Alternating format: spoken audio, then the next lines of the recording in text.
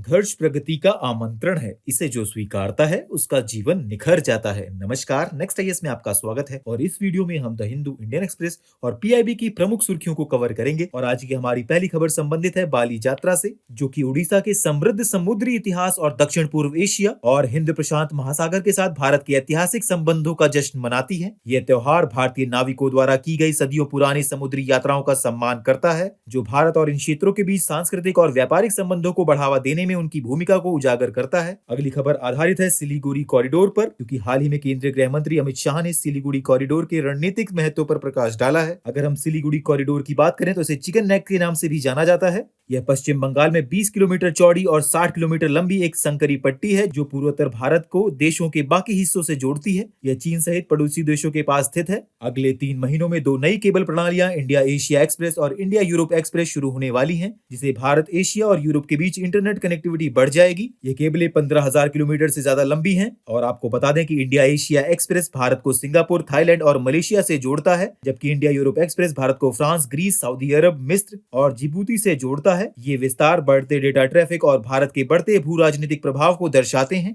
हाल ही में रक्षा मंत्रालय ने भारतीय सेना के लिए 100 अतिरिक्त K9 वज्र-T स्वचालित ट्रैक्ड आर्टिलरी गन के लिए लार्सन एंड टर्बो के साथ 7,000 करोड़ से अधिक का अनुबंध किया है। इस अनुबंध का उद्देश्य आर्टिलरी को आधुनिक बनाना और ऑपरेशनल तत्परता को बढ़ाना है। उन्नत तकनीक से लैस K9 वज्र-T गन लंबी दूरी की उच्च सटीकता वाली मारक क्षमता प्रदान करती है और उच्च ऊंचाई उपशून्य स्थितियों में काम कर सकती है। अगली खबर संबंधित है मर्डर हॉर्नेट से, क्योंकि हाल ही में अमेरिकी कृषि विभाग ने संयुक्त राज्य अमेरिका में उत्तरी विशाल हॉर्नेट के उन्मूलन की घोषणा की है। इन्हें मर्डर हॉर्नेट के रूप में भी जाना जाता है। यह प्रजाति मधुमक्खियों और कृषि के लिए एक बड़ा खतरा थी। यह हॉर्नेट 2 इंच तक लंबे हो सकते हैं और पूरे मधुमक्खियों के छत्ते को मारने के लिए जाने जाते हैं। इनकी उत्पत्ति एशिया से हुई थी और चीन में घातक घटनाओं की सूचना दी गई है। हाल ही में भारत सरकार और एशियाई विकास बैंक ने मल्टी मॉडल और एकीकृत लॉजिस्टिक इकोसिस्टम कार्यक्रम के लिए $350 मिलियन के ऋण समझौते पर हस्ताक्षर किए हैं। इस नीति आधारित ऋण का उद्देश्य विनिर्माण उद्योग को बढ़ावा देने और आपूर्ति श्रृंखला लचीलापन बढ़ाने के लिए भारत के लॉजिस्टिक क्षेत्र में सुधारों का समर्थन करना है। यह कार्यक्रम बेहतर बुनियादी ढांचे, मानकीकृत लॉजिस्टिक परिसंपत्तियों, उन्नत व्यापार लॉजिस्टिक्स और स्मार्ट कम उत्सर्जन प्रणालियों को अपनाने के माध्यम से लॉजिस्टिक दक्षता में सुधार करने पर केंद्रित है। अगली खबर आधारित है भारत वन स्थिति रिपोर्ट 2023 पर, क्योंकि केंद्रीय पर्यावरण, वन एवं जलवायु परिवर्तन मंत्री देहरादून में भारत वन स्थिति रिपोर्ट 2023 जारी करेंगे। इसे 1987 से भारतीय वन सर्वेक्षण द्वारा द्विवार्षिक रूप से प्रकाशित किया जाता है। यह वन आवरण, मानचित्रण और राष्ट्रीय वन सूची के आधार पर भारत के वन और वृक्ष संसाधनों पर महत्वपूर्ण डेटा प्रदान करता है। आपको बता दें कि यह श्रृंखला की 18वीं रिपोर्ट होगी।